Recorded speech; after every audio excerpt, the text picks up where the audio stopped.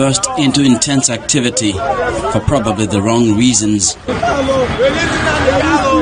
Release our director! We want our freedom! A small crowd of youths flying.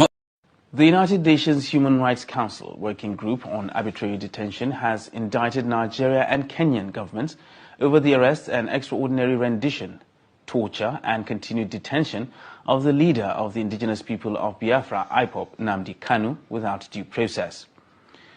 The UN therefore asked the Nigerian government to immediately release Kanu unconditionally and pay him adequate compensation for the arbitrary violation of his fundamental human rights. While recommending that government officials responsible for the torture of the IPOB leader be investigated and punished, the UN body further directed Nigeria to report back within 6 months of the transmission of its opinions on. Wow, this is a very welcome development. UN sanctioned Nigeria over the detention of Nnamdi Kanu continuation. We don't understand this. In all this, why Nigerian government, they are so adamant, they don't want to listen, they don't want to hear. Every day they keep detaining Nnamdi Kanu for no good reason. I don't know the people, they want them to speak before they will understand what they are saying.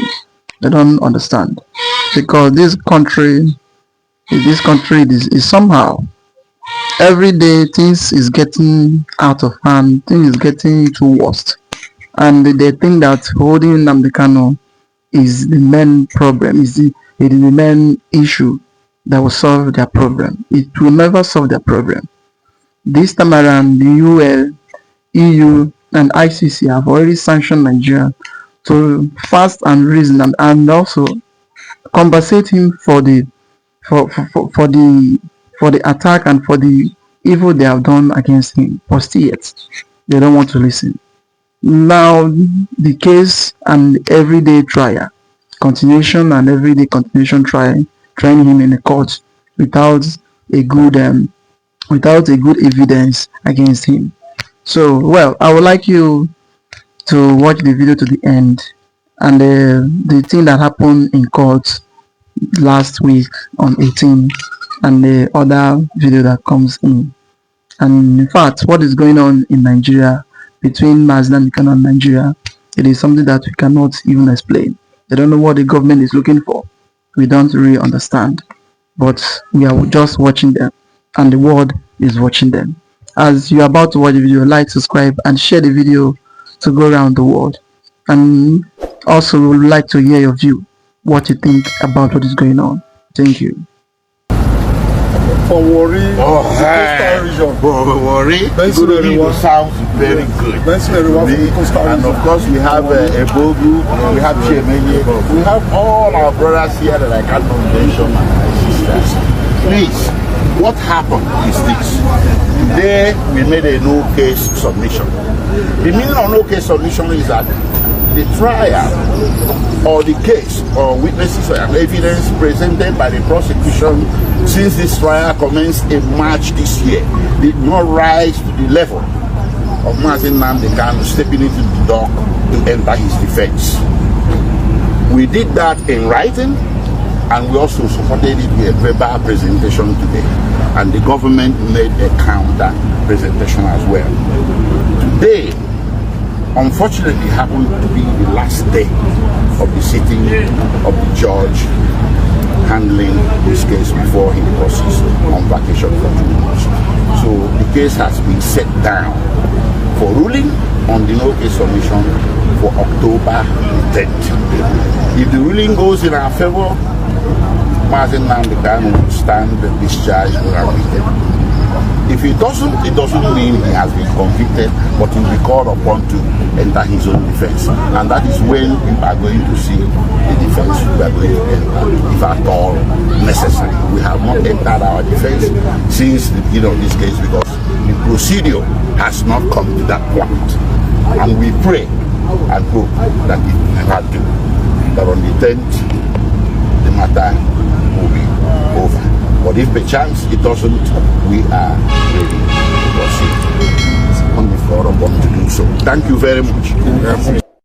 Okay, today we saw what happened in court, where Justice Omotosho made another ruling that shocked the entire Igbo nation, and this also annoying that we know that he accelerated the hearing. When he started this case, he said this case has taken 10 years, but all of a sudden today, the Biafrans and the Igbo was expecting good news and to hear the freedom of nnamdi Kanu. But what we are hearing now is that the case have been adjourned till 10th of October, and this has caused a lot of panic amongst the Biafrans. They said another 2 months again. This is what Tinubu and the Yorubas, this has been their plan all for a very long time. At the same time, Omotosho have been accused of being a stooge to Wike. They say they called him Wike boy, and federal government judge with what he said they are going on vacation. What's your take as regards Omotosho saying that he's going on vacation and the case adjourned till October 10? I think before Omotosho, as we see in the court today, after the ruling, you can see the dignitaries that we are present in that place today. A lot of people flooded from all over the world. Even to an extent outside the court, you see too many crowd and all that. Everywhere was jam packed to the extent that they were trying to make sure that they check the influx of people inside the court, and some people were also asked to stay behind, because of there was so much expectations today. But I can tell you categorically that if you have been monitoring these preceding trials before now, you'll be able to understand the level where they are, and what Ejima called nnamdi Kanu's personal lawyer was trying to tell the whole world, as we are trying to make it very public to the whole world. It is not something anybody should worry, because we understand very clearly that the federal government themselves are jittery now because of what is already on ground. It is a conflicting signal coming from both sides, especially the one we have from Kenya and the one we are seeing coming from another angle entirely. So the federal government have been very careful now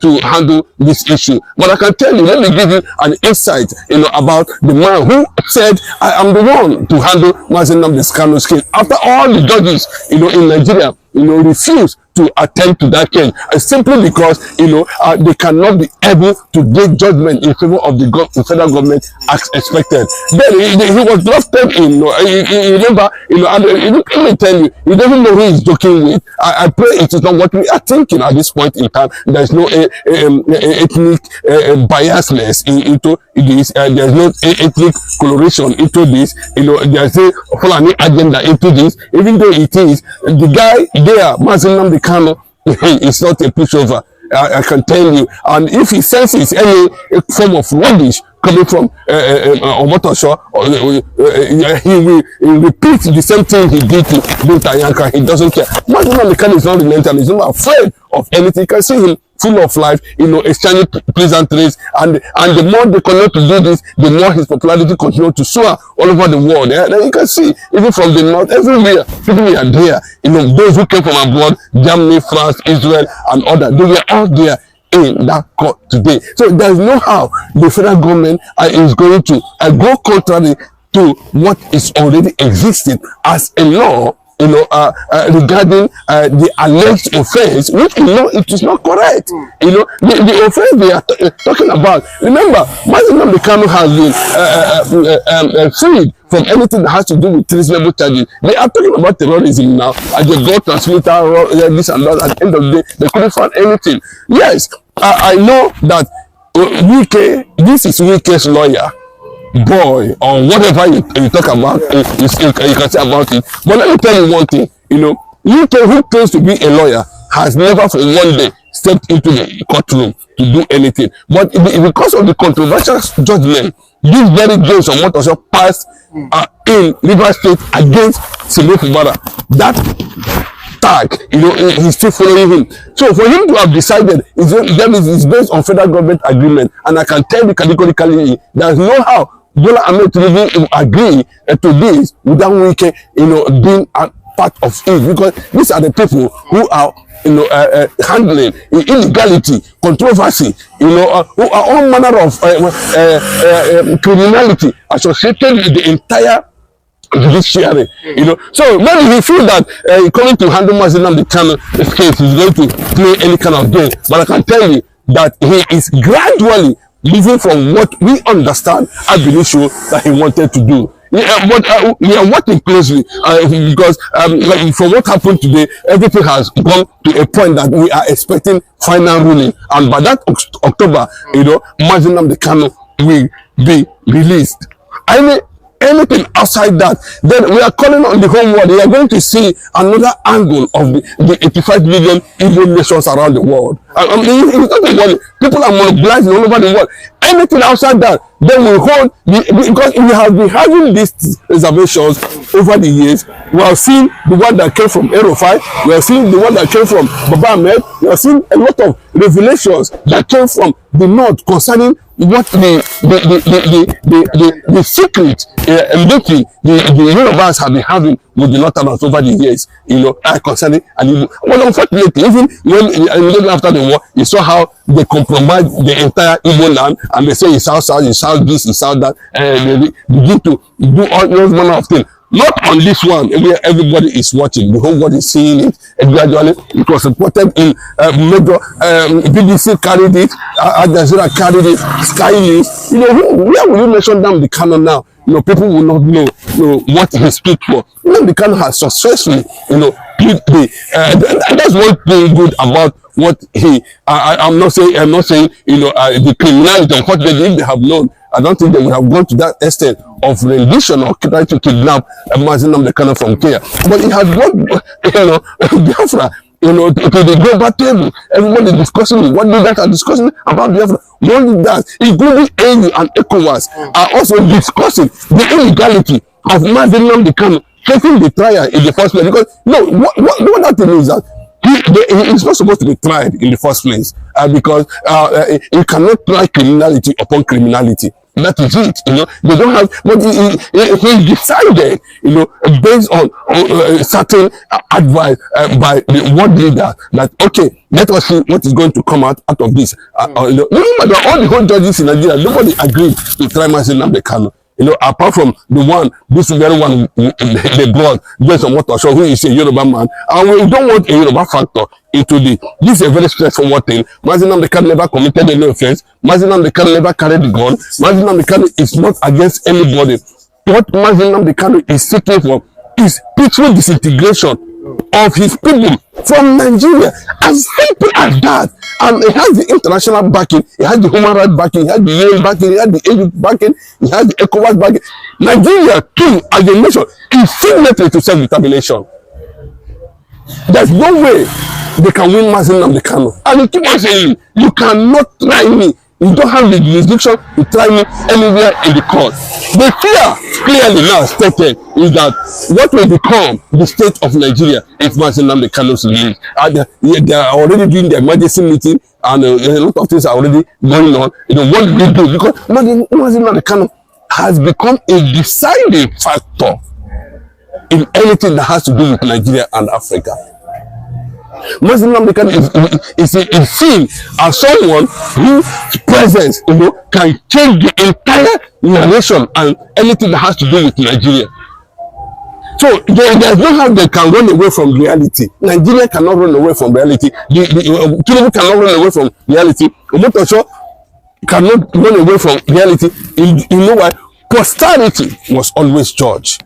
And that is why I'm saying, it is not a bad move anyway, but from what we are gathering, I think October 10 is going to be the final ruling we are expecting. Of course, we saw some. But time and time again, them adjoining this case, but the Biafrans, they've always, maintained that okay, and this also time they will get justice, but the justice is not forthcoming. No, not frustrating. Yes, let me say it very clearly. The government of Nigeria want to do their own thing, their own way. But there's no way how they are going to run away from what the law says about certain charges, about this particular trial. They cannot run it. There's nothing they can do. You know, the only thing they are doing now is to make sure that they constrain nnamdi Kanu to strength. They added strength to him, but they really know, you know, he could tend to checkmate him or put him in a particular place. The guy is there, growing strength, growing popularity, you know, growing contact, growing support and solidarity from all over the world. But they have a way of doing their own thing because they are not straightforward people. Nigeria is not straightforward. The judiciary is not straightforward. The politicians themselves are not straightforward. The Igbo leaders are not straightforward. The Igbo governors are not straightforward. And nothing. Now, when they said the period of Buhari to release nnamdi Kanu, he told them yes. At the end of the day, he went behind and did another thing. And unfortunately, you know, it's nowhere to be found again. And nnamdi Kanu is still there, you know, battling the reality on ground. What is the reality? What we are seeing that is happening in the court is Biafra is in the court. Biafra nation is in the court. And Biafra will defeat Nigeria 100 times. Let me give you an insight. In 1827, the first time in the history of Africa, Biafra signed a treaty with the British government. I think something around June 24, 1827. They signed a treaty. When Nigeria have never existed. So when nnamdi Kanu knows what he's talking about, you know what it is. And if you look at him, now that guy, I told you, there's nothing like fear, you know, he does, because he is confronting them with the truth. And that's the only thing he has. He has the truth. Evidence. The truth is evidence. And now they are playing. Let us see how Okoson is going to run away from the truth that face the consequences of over 85 million Igbos around the world.